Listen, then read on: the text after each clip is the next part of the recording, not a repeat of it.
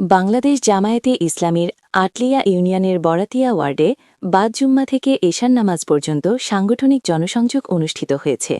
Atlia union সভাপতি মাওলানা Motiur Rahman, secretary হাফিজ মঈনুদ্দিন ও word সভাপতি মাহবুবুর রহমানের নেতৃত্বে উক্ত জনসংযোগে অংশগ্রহণ করেন আটলিয়া ইউনিয়ন টিম সদস্য মাওলানা বাহারুল ইসলাম, শ্রমিক কল্যাণ বিভাগের সহকারী সেক্রেটারি জাহাঙ্গীর হোসেন, শিবিরের সভাপতি মাহমুদুল হাসান তানভীর, সেক্রেটারি ইমরান হোসেন, কুলবাড়িয়া নির্বাচন পরিচালনা কমিটির সভাপতি কামরুল ইসলাম ও সেক্রেটারি রাজিকুল ইসলাম,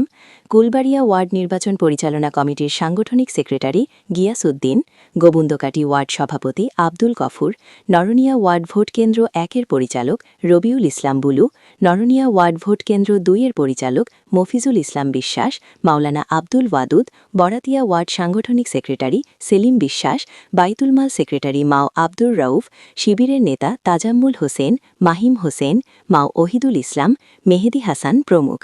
পরে রাধাগোবিন্দ মন্দিরে সনাতন ধর্মাবলম্বী মানুষদের নিয়ে মতবিনিময় সভা আয়োজন করা হয়।